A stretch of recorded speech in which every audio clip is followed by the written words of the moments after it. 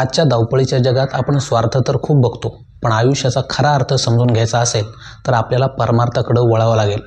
आता अनेकांना असं वाटू शकतं की हिमालयात जाऊन तपश्चर्या करणं म्हणजेच परमार्थ असेल, तर तसं अजिबात नाही. मग परमार्थ म्हणजे नेमकं काय? तर बघा, परमार्थ हा शब्द 2 संस्कृत शब्दापासून बनला आहे. परम म्हणजे सर्वोच्च आणि अर्थ म्हणजेच ध्येय किंवा उद्देश. थोडक्यात सांगायचं तर स्वतःच्या पलीकडे जाऊन दुसऱ्याच्या आयुष्यात आनंद निर्माण करण्याचा जो सर्वोच्च हेतू असतो त्यालाच परमार्थ म्हटलं जातं. हा परमार्थ आत्म्याच्या उन्नतीसाठी, समाजाच्या भल्यासाठी आणि ईश्वर प्राप्तीसाठी केली जाणारी कृती आहे. विशेष म्हणजे आपल्या पूर्वजांनी सांगितलेला हा आध्यात्मिक विचार आज आधुनिक विज्ञानसुद्धा तितक्याच प्रबळपणे मान्य करतं. विज्ञानाच्या मते जेव्हा आपण कोणाला मदत करतो तेव्हा आपल्या मेंदूत डोपामाइन आणि ऑक्सिटोसिन नावाचं हॉर्मोन्स रिलीज होतात, ज्यामुळे आपल्याला नैसर्गिक आनंद मिळतो.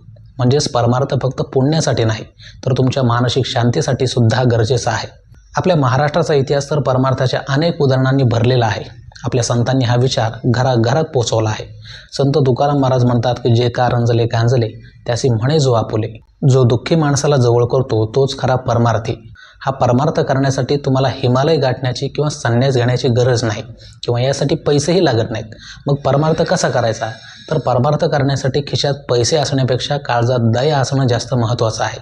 आपल्या रोजच्या आयुष्यातही आपण तो जगू शकतो. रस्त्यावरच्या तहानलेल्या प्राण्याला पाणी पाजणं असो, एखाद्या गरजू विद्यार्थ्याला पुस्तकं देणं असो किंवा संकटात असलेल्या मित्राला मी आहे रे तुझ्यासोबत असं म्हणत दिलेला आधार असो.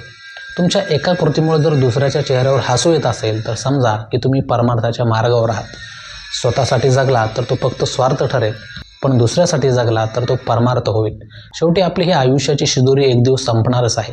त्या दिवशी बँक बॅलन्स कामाला येणार नाही, तर तुम्ही किती लोकांचे आशीर्वाद कमावलेत हे जास्त महत्त्वाचं ठरेल. म्हणून स्वार्थाच्या पलीकडे जाऊन थोडा परमार्थ करून बघा. कोणाच्या तरी दुःखात सहभागी होऊन बघा. विश्वास ठेवा, परमार्थातून मिळणारा जो आत्मिक आनंद असतो तो जगातील कोणत्याही संपत्तीपेक्षा मोठाच असतो. आशा करतो की ही माहिती तुम्हाला नक्कीच आवडली असेल. हा व्हिडिओ उपयुक्त वाटला असेल तर लाईक करा, शेअर करा आणि असेच नवनवीन व्हिडिओज पाहण्यासाठी चॅनलला सबस्क्राईब करा.